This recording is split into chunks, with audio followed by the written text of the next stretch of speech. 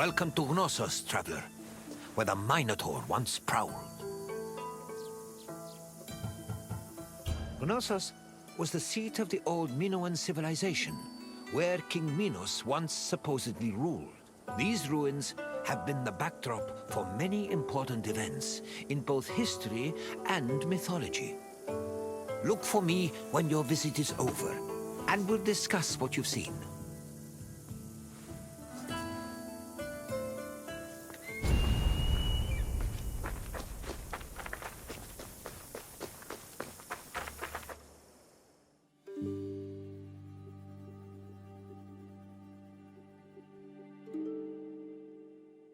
The island of Crete was first settled around 8000 BCE. Over time, significant towns and maritime trade began to develop.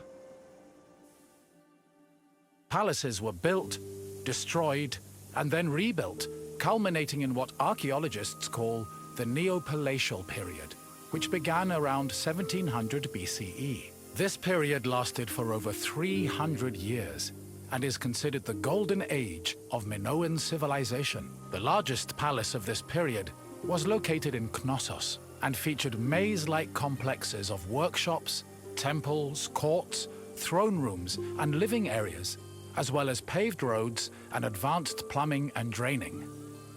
Trade and external relations were important to the Minoans, and their networks extended across the eastern Mediterranean. As a result, the people of Crete and the lands they traded with often influenced each other and exchanged ideas, usually through peaceful interactions instead of military conflict.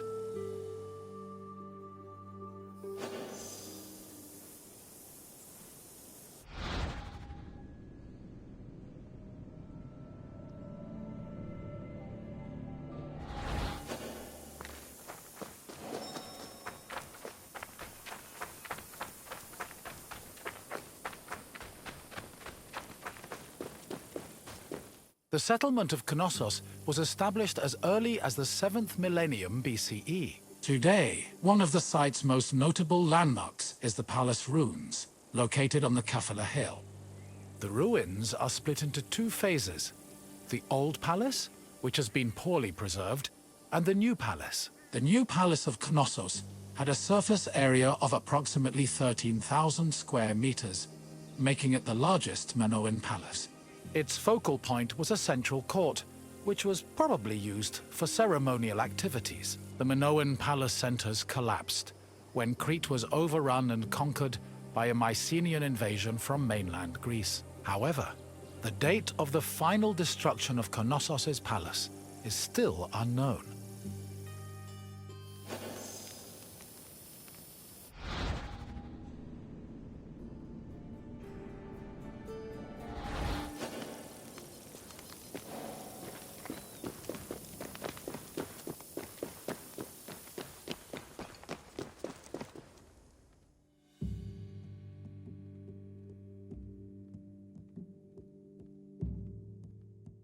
During the new palace phase, the ground floor was dedicated to economic activities and contained large storage rooms. The residential quarters, which notably had toilets, were located southeast of the central court, at the foot of the grand staircase.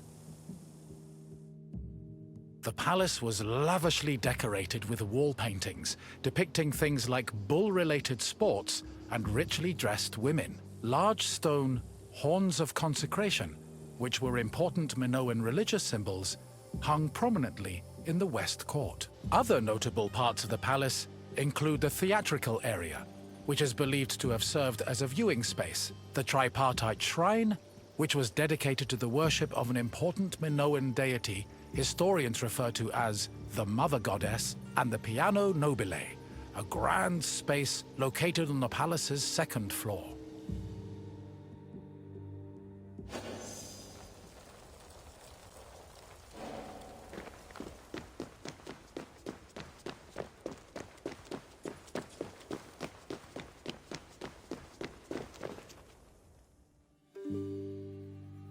During his trips to Crete, archaeologist Arthur John Evans discovered several ancient tablets. They eventually led him to define the forms of Minoan writing known as Linear A and Linear B. The Minoans used these forms of writing for recording many things, including business transactions. For example, one clay tablet discovered at the Palace of Knossos was inscribed in Linear B script. The tablet detailed the transfer of coriander, often used in the perfume industry, between a man named Kyprios and another person named Twinon.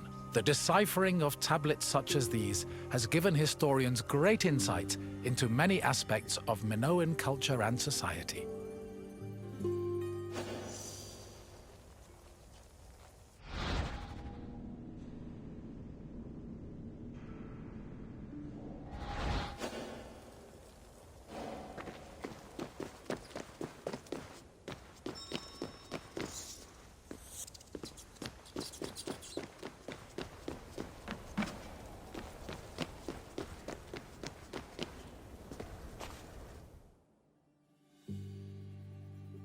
According to myth, the half-man, half-bull Minotaur was born after Queen Pasiphae slept with a bull sent by the gods as punishment upon her. This embarrassed King Minos, but he could not bring himself to kill the Minotaur. Instead, he hid the monster in a labyrinth constructed by Daedalus.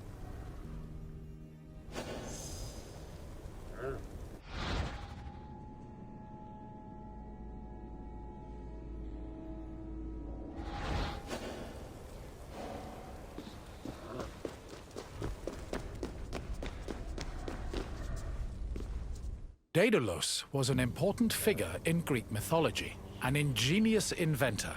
He once became so jealous of his similarly clever nephew that he threw him from the top of the Athenian Acropolis. As a consequence, Daedalus was banished from Athens, though this did not prevent him from being able to get work. In Crete, he was hired by Queen Pasiphae to construct an artificial cowsuit that would allow her to seduce a bull she was particularly taken with due to a curse from the gods. Daedalus complied, and his invention helped facilitate the birth of the Minotaur. Afterwards, Minos conscripted Daedalus to build the labyrinth, presumably as penance for his role in creating the Minotaur. But perhaps the most well-known story about Daedalus involves his son, Icaros, who used wings built by his father and flew too close to the sun, thus plummeting into the sea.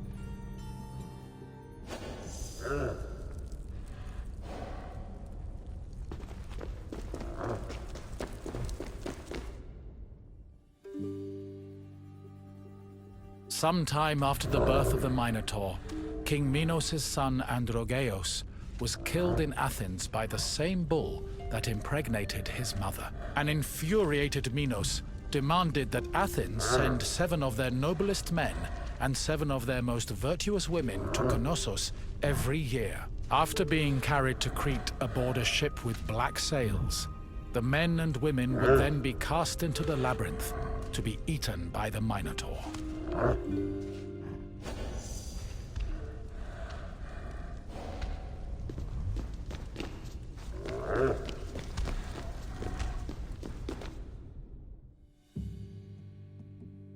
One of the Athenian youths chosen to be imprisoned in the labyrinth, Theseus, had enough of the morbid ritual. Before leaving Athens, he proclaimed he would kill the Minotaur, then return to his city on a ship flying white sails.